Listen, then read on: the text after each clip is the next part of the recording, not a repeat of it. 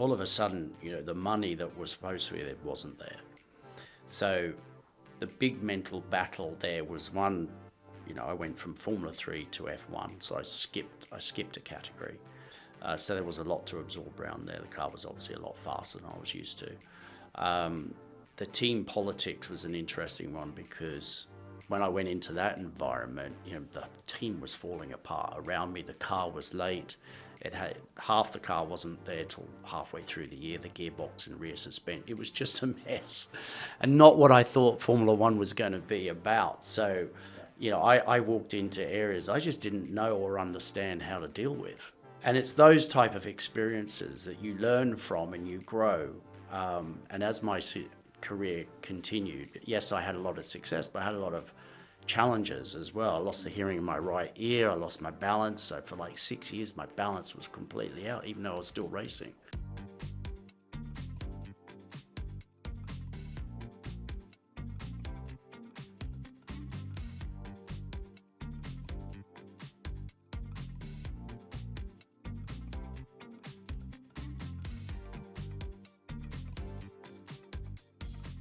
All right, well, welcome to the Mentor List, David and Pat. Thank you. Thank you. It's great to have the three of us in here today. So we're sort of changing the format a little bit. Usually it's one-on-one, but today we're very excited to share a live mentor-mentee relationship with the listenership here. So maybe we might start with the mentee. So Pat Hoytson-Roeder. Yeah, spot on. Tell us about where you are in your drive to F1 career, and that might paint a bit of a picture from a mentee perspective, and then we'll hear from David around who's your mentor, and we can start digging into this relationship for the benefit of our listeners. But maybe Pat, just a little bit about where you are at currently in this career journey you've chosen. Yeah, well, thanks Dave for having us on the podcast. So at the moment I'm competing in GB3 Championship over in the UK. It's the UK's leading single-seater championship that you can compete in and actually spills over into Europe for half of the championship. I did that same championship last year in 2024. Before then, in 2023, I made the jump over to the UK from Australia to compete in British F4. So it was all sort of swelling in Australia, and then to really compete against the best, you've got to go over to Europe, and that's where I'll be this year. Cool. So that's over in Silverstone.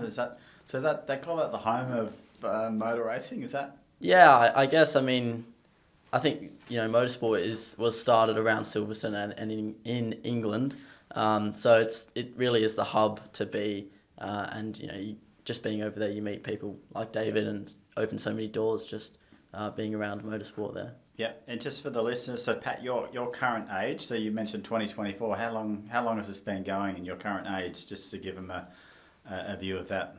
So I'm 19 at the moment. I moved over to the UK when I was 16, and then started competing in the championship when I was 17. So I live over in the UK on my own. I had mum and dad with me for the first year, and I think, talking about sacrifices, they spent 4 weeks with each other the whole year.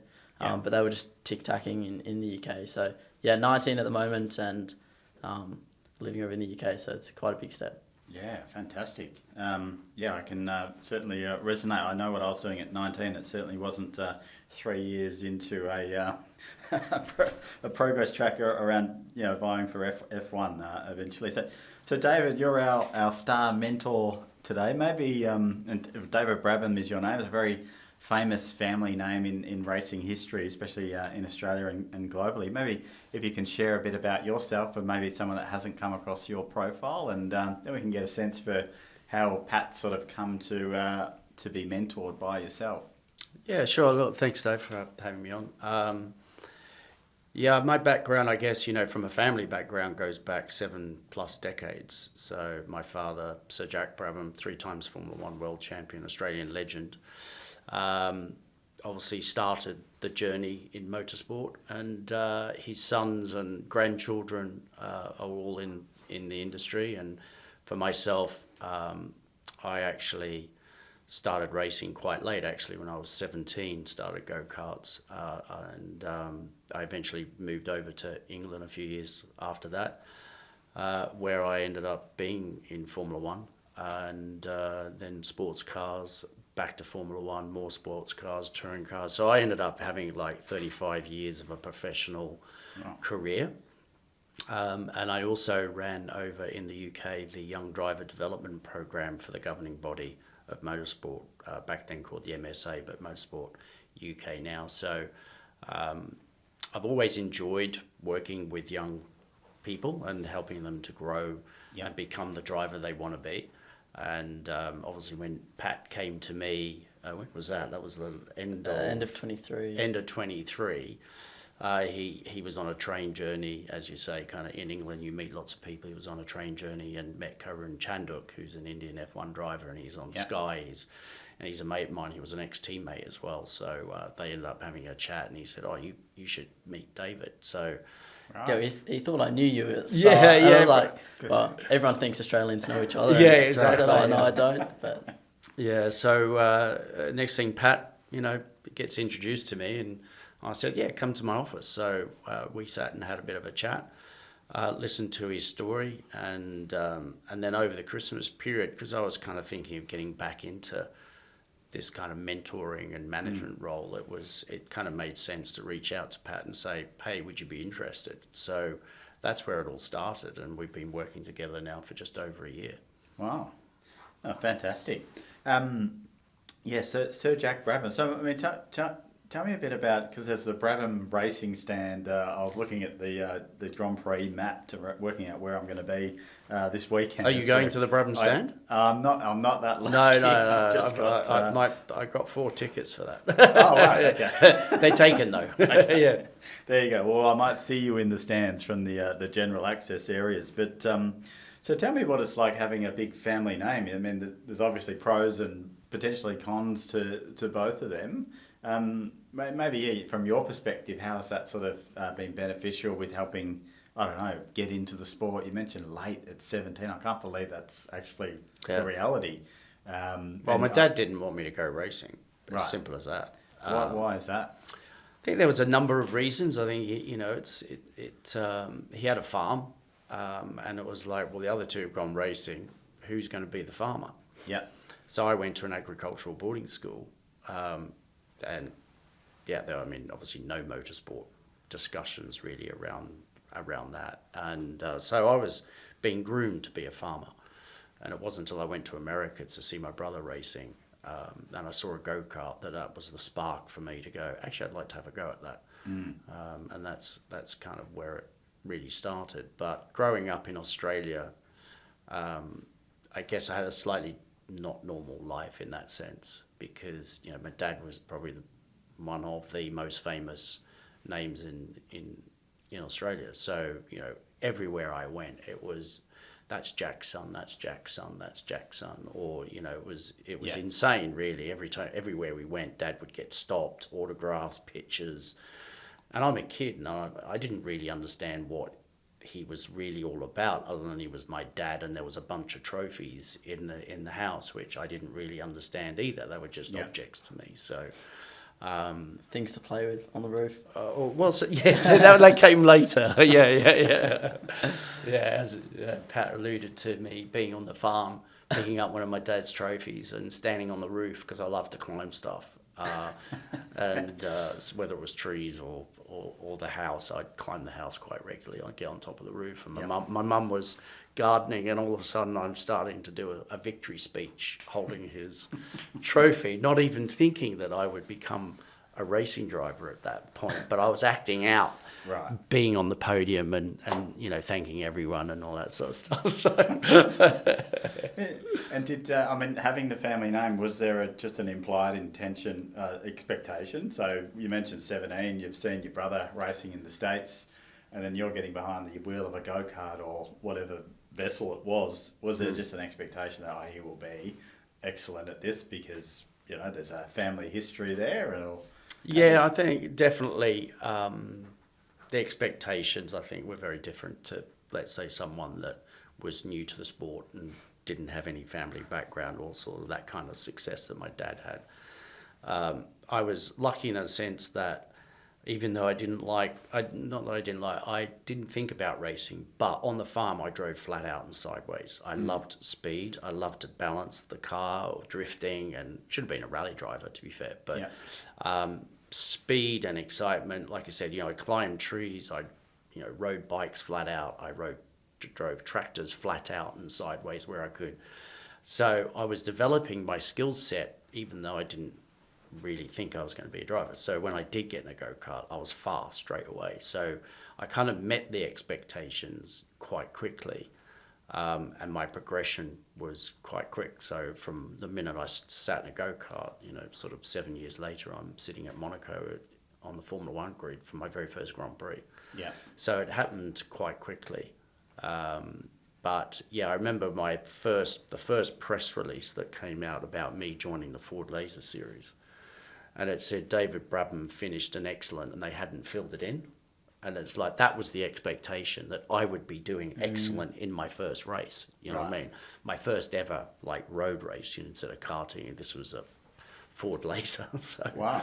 Yeah. So maybe that's a good segue, Pat. We sort of talked about big family name expectations. You've come from maybe a different, more of a starting point. I know there's obviously family history where there's passion in motorsport. There's a couple of fantastic automobiles that you've got in the family that you've been able to get access to. But was it by accident, or how did you find yourself going in this path? Yeah, I mean, like you said, it was always on the TV in the family home, and my grandpa on my dad's side was very much into cars, not necessarily racing, but just into old cars and tinkering. So whenever I'd go and visit them, I'd get behind the wheel of something old and learn how to drive it and things like that.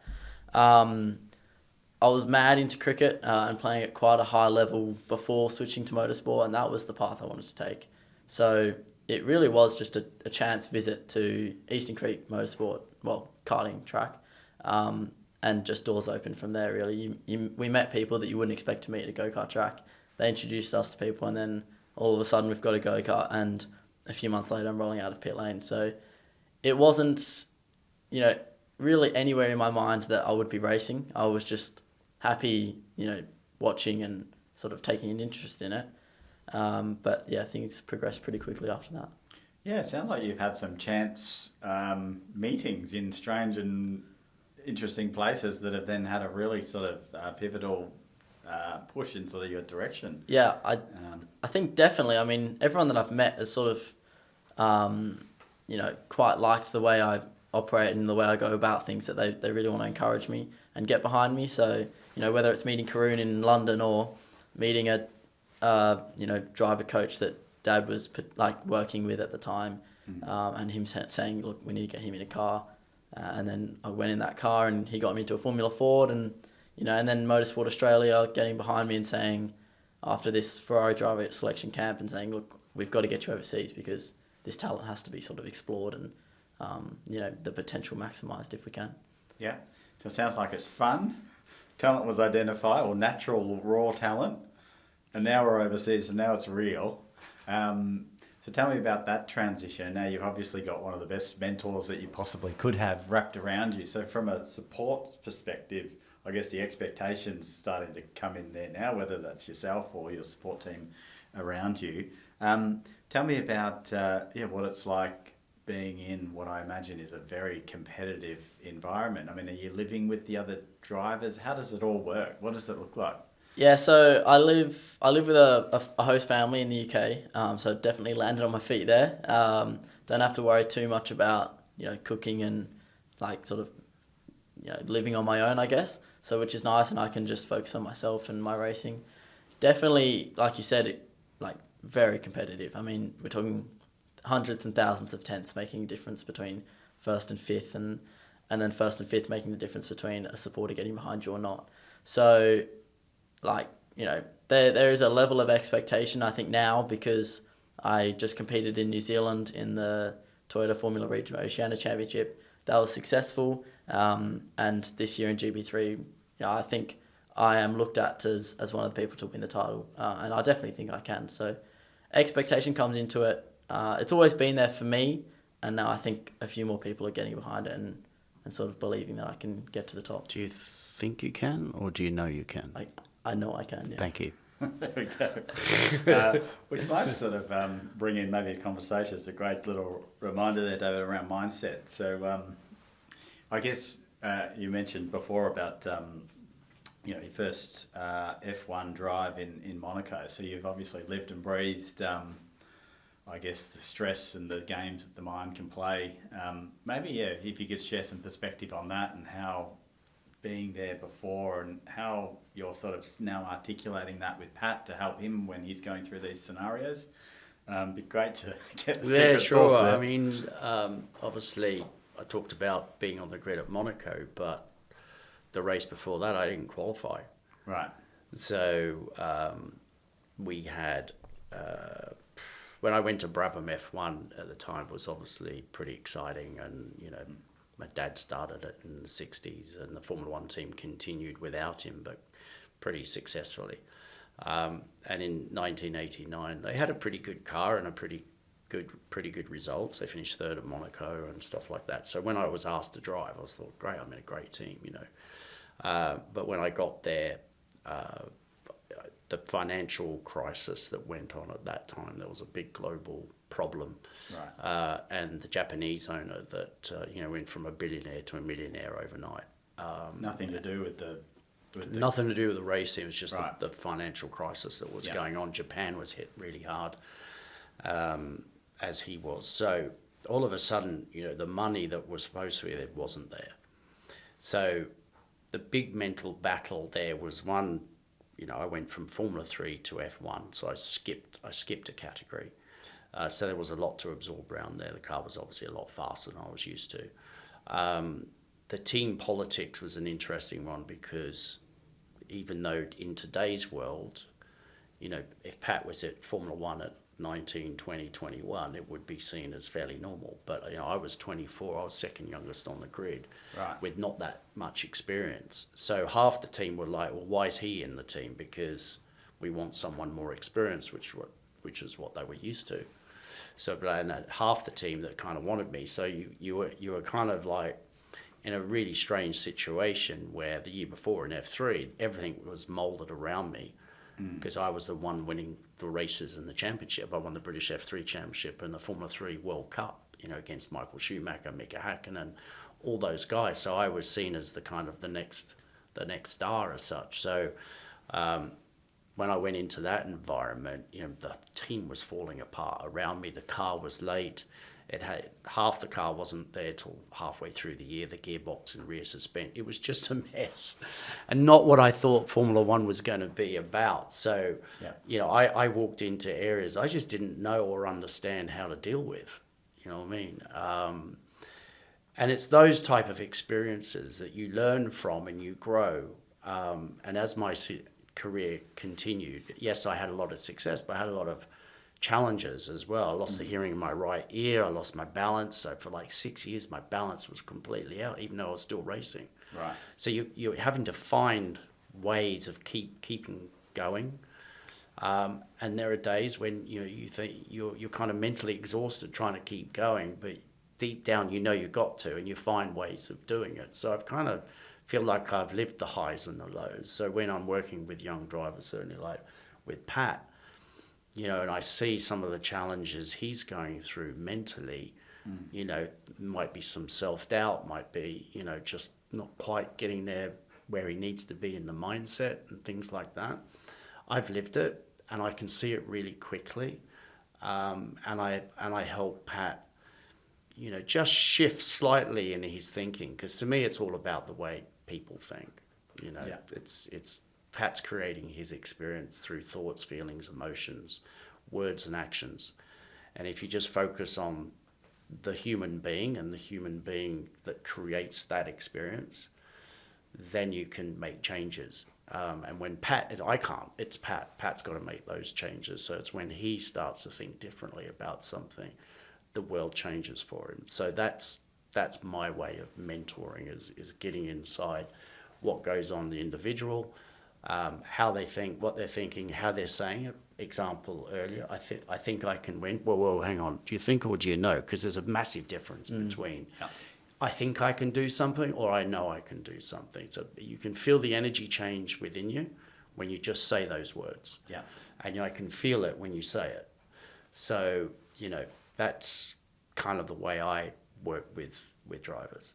Yeah, and I mean, sort of the language is super important. And did you have, is there habits and like how do you, when you talk about going from F3 to F1, so to prepare for that race, like mentally, so that you're clear, how long does a race go for? Just Well, that really depends on the car too, Right. because the reliability that year, some of the races just didn't last that long. But back when I did it, there was 30 cars going for 26 slots in qualifying, and it was so competitive down the end there. I mean, sometimes I missed out on qualifying by 2/10, or a tenth, or Right. half a tenth, or it was that.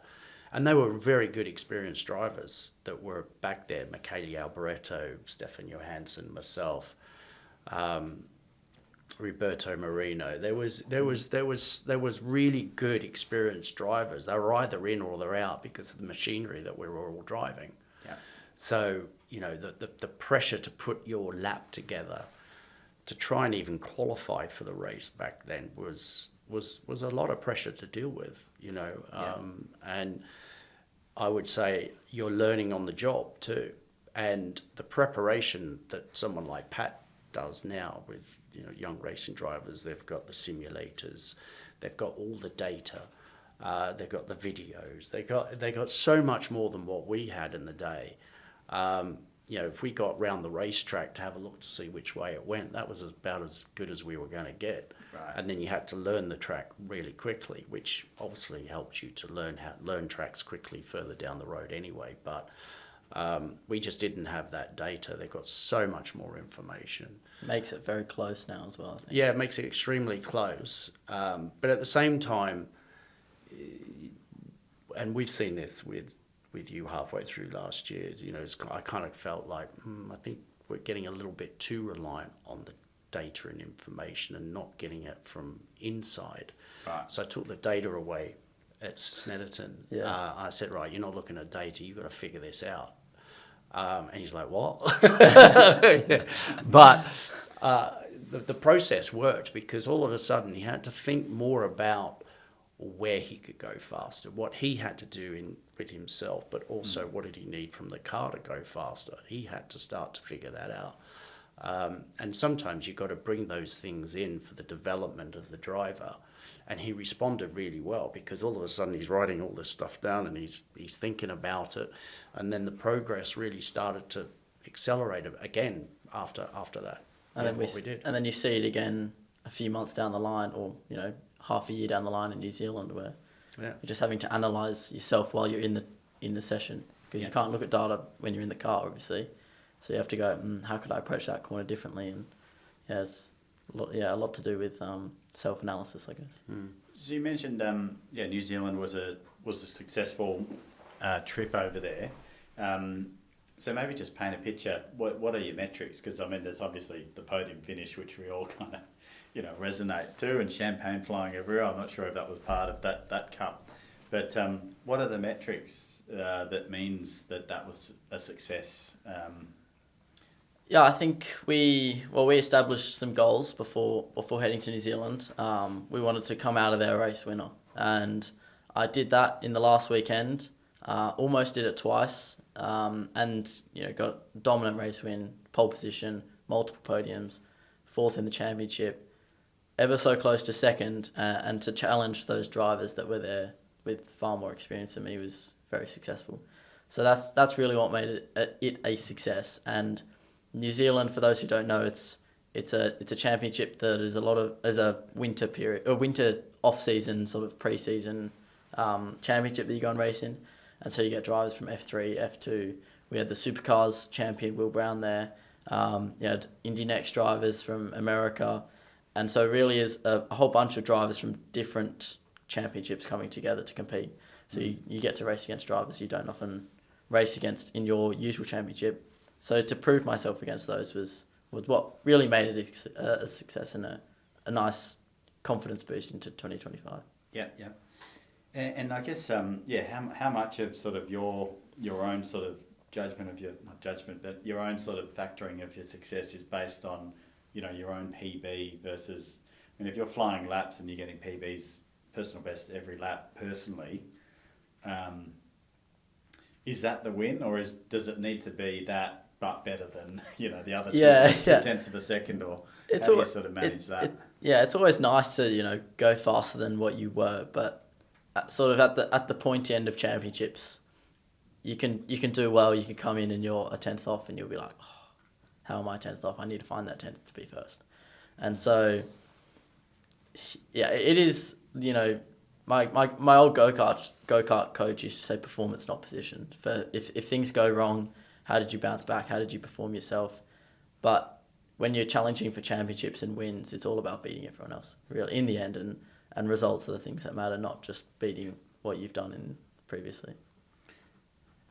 And so obviously the driver, you've got a very, very big part of the team's success or not success. And you mentioned it before, David, around, coming straight into F1, and there was sort of politics at play, and, you mentioned the word team. Maybe could we explore that a little bit further around how much of it is the car, how much of it is the driver, what are the scenarios that can play out there? Just so we can get an understanding of what's involved in this path that you're sort of on. Yeah, yes, like you said, the driver gets to stand on the podium and spray the champagne, but everyone behind you and around you, the team, the engineer, the mechanics, the truckies, even the catering people, everyone is willing you on to win, and when you win, they win as well. When you lose, they lose. So I have to put a lot of trust into the mechanics that they do bolts up, so then when I go into a corner at 200 k's an hour, nothing's going to break and end badly. You have to have an extremely strong relationship with your engineer, because if you don't have that communication and that connection, then things can go, you can miss things, then you lose time, and so it really is a massive team sport. And I don't think people realise that you have to build that team around you, so you have to get to know the mechanics and engineers. And I think a great example of that is in New Zealand, with the first 2 race weekends. My engineer and I were getting along, and things were going along, but there was just a little sort of edge. Yeah, sort of blank spot that we couldn't quite put our finger on. And David, with so much experience working with different engineers and at different teams, recognised that and said, I think you need to sit down with your engineer and just explain what you'd like more of and what you want less of. And then he actually came back. When I did that, he came back and said, okay, Pat, I think you could do more of this or less of this. And after that, it was just, the relationship was so good. And that's when the results started coming as well. So it was, But it was more than just your engineer. It was the whole. It was the whole team. The whole team. Yeah. So by time Pat finished round 2, where it was a little bit, wasn't in sync. The energy in the team could have been a lot better. And then by time the end, when he won his race, he 100% had literally, obviously, other engineers working with other drivers. And everyone in the team, all were focused on him. So he was able to galvanise that team around him by his attitude, the way he treated people, and also, his performances on track, where the whole team was willing him to win. And that's a powerful thing to happen around you, because that just gets more out of you. It gives you more confidence, and you can sense it, even though consciously you might not think too much about it. You do you do feel it. So that gets the performance levels higher and higher, to the point where Pat's like, bang, pole position, bang, won the race, dominated, and everyone is so happy for him, obviously, as well as him. Yeah. But, it showed, it was a great example of how to bring a team around you to get more out of them and to get more out of you. And how does it sort of work, bringing this team together? So you've obviously gone over there for a certain championship. Like, do you have to, excuse my naivety, no, can't say that word. Do you have to take your own car to the track, or is there a car that's provided? I'm just thinking, and then we're talking about an entourage of engineers and other people within a team. This is quite a commercial outlay, I would suspect. But how does that actually work, bringing a team together? I imagine there's a sponsorship components involved, and how does it work to be able to actually do it? Because making the decision to be, okay, I'm going the path of F1, obviously there's quite a strategy and discipline around making that aspiration a reality, and then obviously the performance. So it's about 50 questions there, Pat. No, that's right. I'll see if I can remember them. So you join a team. So they've got their spot in the championship already. Right. They have in New Zealand 5 cars. In GB3 they have 3 cars. Generally makes up a grid of around 20 to 25 cars each championship. And so you join the team. There'll already be mechanics and engineers there. So then when we talk about bringing a team together, it's not actually picking and choosing across the world and saying, I want you and you come here and things like that. It's actually just... The team does that, though. Right. The team does do that, Yeah, yeah. the So the team driver including you as arrives the driver. and the team is there already. So bringing the team together is getting everyone gelling and working together and getting to know them. In the UK, it'll be heading down to the workshop, just spending a lot of time with people so you get to know who they are, where they've come from, and arriving early, looking at data, showing you're dedicated, and then leaving late, making sure you thank everyone. Even if they're not part of your team specifically, there'll be another car's engineer or mechanics, and you still get to know everyone. And I think that's what David touched on before, is in New Zealand, in the last 2 rounds, when I was, probably up within the top 2 of the championship by then, pace-wise, I could really feel mechanics and engineers from other drivers getting behind me, which was very sort of significant. And then what was the other part of the question? Oh, there's so many in there. It's just, I was just more I think you interested probably in, answered it, were yeah. you creating the team, or it sounds like the team is being created and you're an integral part of that team coming in with a specific championship in mind. Yeah. And perhaps that's then, your next race in a different championship, the same thing would happen, and you're sort of building a CV of performance, or to call it a CV, I'm not sure, Yeah, that's right. or racing history. So then you're getting invited into different teams and that sort of. It doesn't always work like that, though. Obviously at Pat's level, it's very professional. The budget has to be found to pay the team, and off you go racing. They've got the mechanics, the engineers, and so forth. But more on the club level where it all starts, a lot of people do it themselves. They put the car in. I did when I did Formula Ford. I had a trailer. Yeah. I put the Formula Ford in the trailer. I had a mechanic, and I had my mum, my dad was always travelling, so my mum was there doing the timing and scoring like she did back in the 50s and 60s. You know what I mean? So there's so many people that do that. But when you go up to the next level, when I went from Formula Ford to the next level, obviously there was a team. I wasn't allowed to touch the car anymore in terms of mechanical stuff, because they had mechanics to do that. They didn't want me to get in the way with that. So, okay, fine. So yeah, it depends where you are in the level of racing. Yeah. You can do it yourself, or you go with a professional team. Yeah.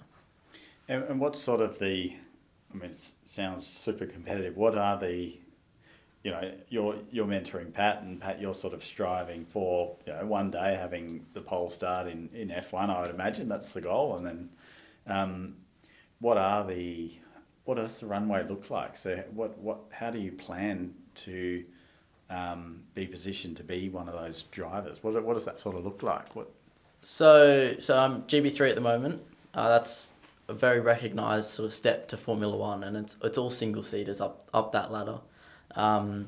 You'll see this weekend for the Grand Prix in Melbourne, the F3 and F2 are racing, and so my goal for next year is to be on that F3 grid.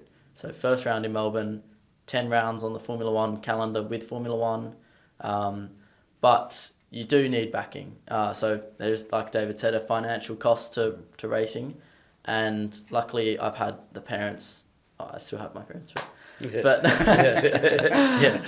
They'll be pleased to hear that. I've had their support to get as far as I can. Yeah. But the step to F3 will require some backing, so that'll be individuals getting behind me, and I'll sort of not get back behind them, but thank their support by keeping them in the loop of how I'm getting on. could be high net worth individuals that are generous and drivers in the past have been lucky enough to have those back them up to the top. And then you've got the business side of things, so backing a car, putting a sticker on the car, business to business sort of discussions that go on. And, motorsport is growing massively due to this Netflix series. I think it's brought a lot of recognition to not even, Formula One, also the junior Formula below it. So it would be on the F3 grid next year, and then step up to F2, whether that'd be 2 years in F3 or 1, but up to F2, and then, be a champion along that step into Formula One. Well, maybe David can tell you the secret how to skip F2 straight into F1. Oh, yeah, well, that's still a part. Yeah, well, to be fair, I was going to be doing the next level from F3, which was at the time Formula 3000. And the team that I was racing for had bought the Brabham F1 team. So they were expanding pretty quickly. Like I said, the financial crisis put an end to all of that. So by the time we were about to start the season, the first test with a new car was actually going to be Damon Hill's teammate. So we were both going to be racing together. And then I got called into the office. We're stopping the F3000 team because of budgets, because of what was going on around the world. We're canning that, but we want you to be in F1. So I wasn't even thinking that I was going to be F1. I thought 2 years in Formula 3000 and then I might get to Formula 1. But I skipped that through circumstances more than anything. And I think also because it was so much harder back then to find sponsorship and stuff like that, having a Brabham in a Brabham, they probably thought, oh, well, that'll help the Makes PR sense. side of it to get the attention. But of course, the financial crisis was such, and the results during that year weren't great. Yeah. So that put a challenge on the whole project, and Brabham finished up collapsing midway through '92 anyway. So it sort of made it dead and buried after that. Yeah. So you mentioned sponsorship. It'd be great to sort of peel back a couple of layers, because my simple thinking is, here's X amount of dollars and now I get my profile somewhere on the car or brand or logo. But I know it's a lot more potentially sophisticated than that. And you mentioned the Netflix show or series really accelerating people's interest in the sport. And I mean, it's a great example. The Melbourne Grand Prix is the largest sporting event in Australia now. I won't just try and book a hotel at the moment. It's unbelievable here in the city around people flying in for what is the first race of the season. Maybe talk about the sponsorship side of it, and for the corporate individuals that are listening in, from their perspective, what are some of the markets and channels that can help unlock, or the benefits of sort of looking into sponsoring, whether it's the individual or the team, or just maybe a 101 for that.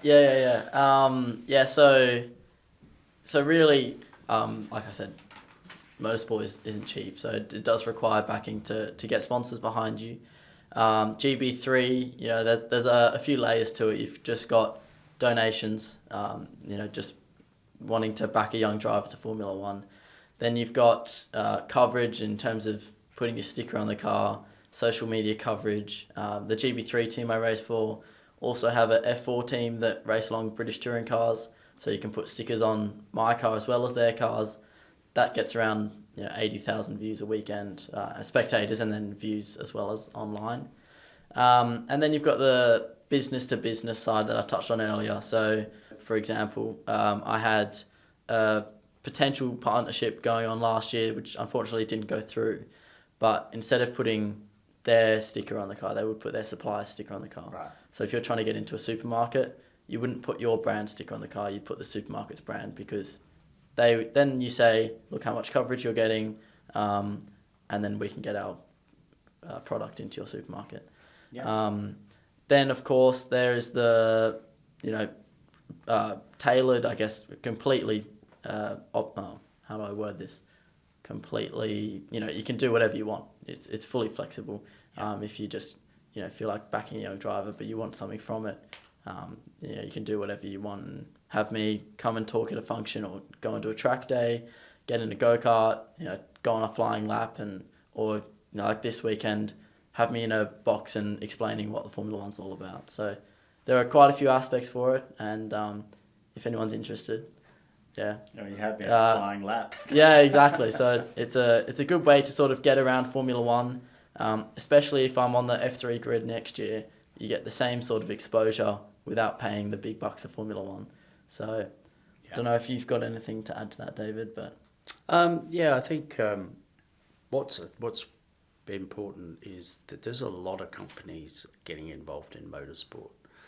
So, when you walk into the paddock and you see all the different cars that are being sponsored, the event brings everyone together. So all the key stake players that make decisions, they're all in one place. So it's easy access to get to the person you've been probably trying to get hold of. Trying to get a deal across the line. It's a bit like going off and playing golf and then you're having a nice easy chat about it. You know what I mean? It's the same sort of environment in motorsport, which obviously is a high octane kind of environment. And so many deals get done in the background through a motorsport platform. And of course, it depends on the type of sponsor too. They might be really looking for that B2B type environment, or they just need pure exposure to let everyone know who they are. And of course, motorsport's so popular, and it allows people to feel confident about putting money behind drivers like Pat, or whether, depending on what category and that expense they want to do, or do they want to toe in the water with someone like Pat and then grow it and get to Formula One on that journey. So you start opening up all those channels to other people. And just sort of as a very much a ballpark, if I think about F1, I think about some of the brands that are associated with it. Just for simplicity's sake, what is sort of a level which you could start to get involved with? I'm not talking about branding the whole car, because that might be a bit intimidating for a small business owner like me. But how could, at how little could it start at, or how simple could you sort of start at looking to get involved from a sponsorship perspective? I think as little as you want. Obviously individuals and companies have different values and wealth behind them, so it's really can be customized, whether it's helping cover the cost to come to the Grand Prix for my flight, or covering a set of tyres, or helping me buy a new helmet or something like that. You get your brand on my suit, on the car, on my helmet, and then from there it's really what sort of response you want from, in terms of like how big you want your sticker on the car, or B2B, whether you want me at the track or things like that. So it really is very customizable, and for anyone that wants to get involved, it can be from, like I said, just helping cover little things to then backing me all the way to Formula One. Fantastic. And so just for those that do want to get involved, because I know there is a way they can get in connection with you, how do they go about finding you if it's online? So I have a website, pathoytzenroeder.com, on LinkedIn, Pat Hoytzenroeder, or you can just send me an email, pat@pathoytzenroeder.com. So obviously open to anyone getting in contact, and any questions they have, I'm more than happy to answer. Fantastic. And you can get in early while you're on this fast track. Get in on the ground floor, that's what we got to say, yeah. Ground floor, I like that. Okay, so just wanted to ask a question, just thinking about from the listener's perspective. The F1 is a huge source of innovation, especially into the automotive industry. My naive assumption is that's around the pressure and the sort of intensity of this. From your perspective around high performance, this type of environment, you mentioned sort of pre-race, race, post-race, this whole feedback loop around driving high performance. Maybe just give us a bit of a flavour around how that works operationally. So what is your next race? What's the prep that goes into it? And then what are you looking to sort of draw out of it from an analytics? And how is that then, what are you looking at from a performance perspective? Yeah, so my next race will be the end of April, just the week after Easter. But we started preparing 3 weeks ago. So that's pre-season testing with the team, getting to know the new car for the championship, what sort of characteristics the car has and how we can improve those. That'll be some more of a team's point of view. We'll analyse data together. It's an extremely data-driven sport nowadays, so we'll have a 45-minute session in the car and we'll be doing 45 to an hour of data analysis afterwards and video before then getting in the car again. That's only the driver's bit. And that's the the engineers driver's bit, continue, exactly. once they've got all that feedback, the drivers will then continue to look at the data, all looking for fine increments to make improvements, because your competitors are in the same paddock, not spread all around the world. They're all in the same paddock, aren't they? And everyone's got the same timelines that they all have to abide by. So if you're not ready, you can't ring the organiser and say, can we just move it 10 minutes? No, sorry, if you're not ready, tough. Yeah. You know, and every team is up against those timelines, so it puts a lot of pressure on getting stuff done, and I think that's where motorsport's really good. It gets stuff done because it has to. Yeah. I think, and that's, it goes back to the individual side of that as well. Like for me personally, being overseas, no parents or anything to tell me I've got to be somewhere, and so I have to be very disciplined, and make sure that I'm doing my physical training, know the car technically so I can understand what sort of is going on beneath me while on the track. And then David introduced me and I work with a mind coach. So that'll be clearing all the head noise, clearing all that chatter, and make sure you're at the track. When you're at the track, you're 100% on it and being exceptional. So then you come in from the car, you can debrief well, and it all sort of circulates. You need to be fit enough. If you're fit enough, you've got more mental capacity to think about the car. Then you can give better feedback to your engineer. Then you can analyse better, and it all comes around again. So, what sort of, just out of curiosity, when you say fit as a race car driver, what does that mean? And do you need to be at a certain weight? If you've the engineers then, oh shit, they will get more power. So engineers look at you as this squishy bit, unreliable variable in the middle. That you brake too late and they can't keep you consistent. So physically fit. I mean, I do neck training and it's 25 kilos on your neck, sideways when you're going through a corner. Right. I've got a VO2 max of like a high-end Olympic athlete, so you got to be able to have that endurance as well in the car, because it's 25 to 30-minute races, and often test days it's more time in the car. So you never want to be at the point where you can say, I can't perform because I'm not physically fit enough. Yeah. So that'll be 6 days training a week. I work with a trainer who writes a program, and to be honest, probably haven't missed a day in about 2 years without like a genuine reason of travel or sickness or things like that. So it is quite full on, but I'm over in the UK living it, and that's what I'm there to do. And I think it can be different for kids that live over in England, because they've got their family and friends and maybe school, whereas I go to a race weekend, do the race weekend, analyse after it, and then start preparing for the next one.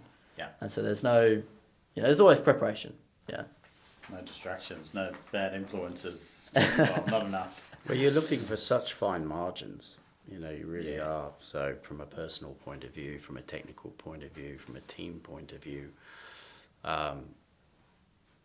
it's a difference between winning and losing. So the intensity in motorsport to deliver every time is quite high. And that's where, a team has to work as a team. The individual has to get the best out of themselves, the best out of the team.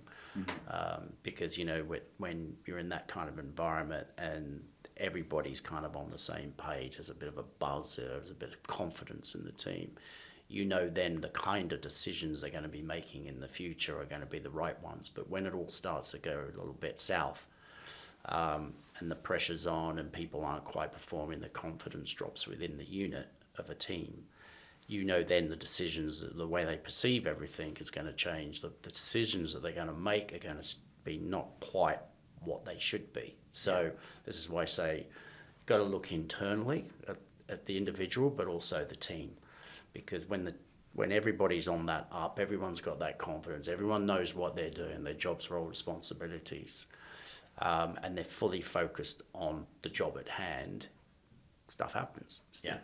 You start to make good progress and you start to get to the goals that you want to get to But in that environment with that pressure, it can go south really quickly, really quickly. And when it is, well, in that scenario, and this might be sort of hypothetical, but if Pat's in that scenario, what advice are you giving him? Are you telling him to intervene to try and turn it around, or is it just purely you've got to get the results on the track and that will then help the culture or the feel of the team? Like what Yeah, advice I guess it really depends. You know, Yeah. it depends. Sometimes it might be the driver that you need to pull aside and, you know, have a little bit of a chat to, you know, sort of rebuild the confidence or whatever, depending on what's happening in the environment.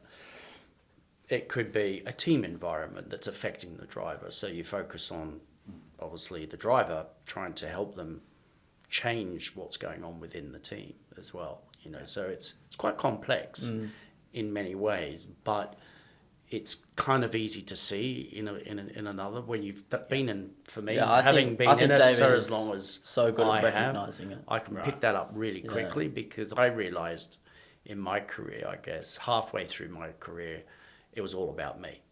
Yeah, and then for the last half of my career, I realised it was about us. Yeah. So because in sports cars, you're not just driving by yourself. You're driving with a teammate or another teammate. So it might be three of you in the car. So the three of you got to work as a unit to get the best out of each other.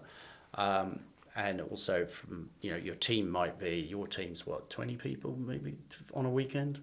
Yeah. 15, 20 yeah, people, yeah. you know, when you get to Formula One level, you know, there's over 1,000 people, but there's probably 50 plus people that are at the racetrack that all have to be in sync with the goal and their jobs, roles, responsibilities, and working as a team as such. You know, so certainly working with younger drivers who obviously I know what that's like. You've got a lot to learn, and having someone on the side going, you kind of need to focus a bit over here because this is not going to get you where you want to get to. You know? So, and that could be from a team environment too. It was like when we were working with your engineer, I could see where the direction was going. I was like, no, that's not going to get to where you want to get to. Let's have a rethink, get everyone together, put everything on the table. You need to start having conversations that you probably want to have a talk about, but you don't know how. Yes. You know what I mean? I think- so. It's yeah, just clearing the air and making the environment kind of relaxing where there's no judgment. It's like you're putting everything down on the table. You expressed yourself about your frustrations. He expressed about his frustrations. Great, let's all talk about it. And the great thing for me was I was able to sort of bring that together and sort of go, okay, let's put it on the table. No one's going to judge anyone because we're all human beings at the end of the day. And so it's just a case of, right, okay, let's shift the energy in this camp because we need to do that because the way people make decisions in the future is based off that energy. So you've got to raise that to get the better choices down the road. And that's where David is so good at. Like, I could sense that we weren't communicating very well, but I didn't know what to do about it. And then so David steps in and goes, look, just chat about it. Or the second round of the championship wasn't in the best mindset. But I didn't really know that, but he recognised it from the outside. Well, I took a picture. Remember, I took a picture of his. Well, was I doing my took a warm-up. picture of him when he first arrived into New Zealand. There was a change from the year before. There was a real focus and attitude and confidence with Pat. And to be fair, he should have been on pole for the first race. He was right there, and of course, there was a car issue in qualifying, so he couldn't maximise the situation, and then got caught out in traffic, got pushed out, and all of a sudden the results weren't there to the level, and you could sense this frustration building in Pat too. And by the time we got to race 2, I took another picture of him warming up, and I showed him. I said, dude, can you see the difference between this Pat and this Pat? And it was so obvious that he was overthinking everything. He was getting worried about stuff, where when he turned up for the first race, he had that clarity, he had that walk about him. He just oozed confidence, and it showed when he got in the car, because in the race, he made more overtakes than anyone's ever done in that championship, you know, because he was on it. But race 2, he was starting to have doubts and because the results weren't quite there. Frustration was creeping in. The engineer was getting frustrated as well because he could see the results and they didn't quite know how to communicate together. So it was like, right, we need to. What was race 3 then? It was like, right, let's have a reset. Let's get everyone back on board again. Get everyone, and that's where it really then started to accelerate to the point of race. Well, I went away then. So I wasn't around, but I knew the scene was set for Pat to carry that on. I didn't have to do anything. Yeah. Oh, well, this is a fantastic conversation. And I can see that sort of playing out in corporate as well, where we're sort of creating this safe environment. People are feeling heard, and we're coming at it with sort of a problem-solving approach. It's just so great to see that playing out in this scenario that you're just mentioning over in New Zealand. So we're sort of coming towards the end of the conversation here, and I mean, I can see the obvious benefits of having you as a mentor, David. Certainly, if I'm striving to do something similar to you or follow in your footsteps, and maybe just for the listeners listening in, if you could share, it's obviously a two-way relationship, and maybe some of the benefits you didn't expect from doing a mentor arrangement like this, and sort of some of the things you take out of this from it. Maybe it's an intrinsic or the rewarding elements that you find from actually being a mentor, because you got nothing else to prove. You've sort of, the trophy cabinet's full, whether it's the family or your own. And maybe if you could share your perspective on what you get out personally around mentoring. Yeah, I find it a very fulfilling experience, to be fair. When you're working with someone like Pat as a driver, and you're passing on that experience and helping them, and you're getting the feedback from that, and we have conversations. It's not a one-way street in terms of him just learning off me, because I learn off him too. We learn off each other as we go along, because I don't think anyone can sit there and say they know everything. And when you start passing information across the table to somebody else, you're always going to get something back because you've opened the channel, because you've let it go. And something always comes back. It might be directly through Pat, or it might come indirectly through another source. So you're constantly building and evolving yourself as a human being, as well as just passing information on to a mentor, a mentee, you know what I mean? So for me, it is incredibly rewarding, but it's also rewarding in a way that I also learn about myself. Always, sometimes you get in a situation, you're passing advice on to someone, it's the same words you need to listen to yourself. Yeah, that can always happen as well. So it is very much a two-way street, and I think that's where things start to really build between a relationship that you're having with a mentoree and a mentor, and that you both grow together. Yeah, and you can feel the sort of, you mentioned energy a couple of times, Dave. I think you guys have got a great open energy, and you guys could probably say anything to each other in a safe way and a productive way. And sort of coming to an end of the interview now, and maybe this is a chance just to answer your own question. Maybe I'll throw to you, Pat. Is there any closing remarks or questions I didn't ask today, or things you'd like to share? I think we've covered it off pretty well. I just hope that I've had quite a strong trajectory, a strong pathway to now, from karts to the top level of UK motorsport in 5 years. And so hopefully we can just continue that path together. And Dave and I will be working together again this year. And hopefully, or you will. Hey, hopefully. Oh, I will. Okay. So he's always there. Words are so powerful, though. No, seriously. So it tells you how they think, and how they Formula think is going to come. Yeah. What's going to come? Yeah. Change the way. That was like our first conversation as well. It was, yeah. So we'll be on this trajectory from here on to get to Formula One. But great. Well, thank you very much for having us on. Rooting from the sidelines, that's for sure. And no pressure, but that was a public claim, F3 next year. And we'll be goes with that backing, I hope so. Yeah, okay. So there's a call out to our membership base there. And maybe, Dave, same question for you. Answer your own question or a closing remark just from the conversation. As Pat said, I think we've covered quite a lot.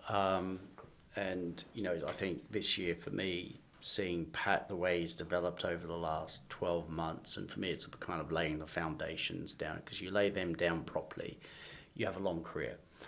Whether he makes Formula One, we'll have to see. A lot will come down to the backing, and it'll come down to opportunity. But if Pat just focuses on the process, things can happen. And if it's another direction, it's another direction. But if you lay those foundations down properly, then you'll have sustainability in your career. So Yeah. this year he's absolutely now ready to fight for a championship, and it's going to be exciting to watch him progress through that. Great. Well, we'll put a link to all the social hooks there in your website up on thementalist.com. And for those that want to get involved and even support Pat or follow his journey, we'll make that extremely easy for you to click and connect in that way. But I'd like to thank you both for your time and just the open, honest conversation. As I said, I've really enjoyed the energy. And I've got you on the eve of the Grand Prix starts today in Melbourne. So no doubt you'll be heading off there very soon. But it's great to catch you in this moment, and look forward to introducing you to our members tomorrow at our Grand Prix event here in Melbourne. So thank you both, David and Pat. No, thank you, Dave. Thanks for having us. It's Yeah, a great chat. Thank you. Yeah. Pleasures.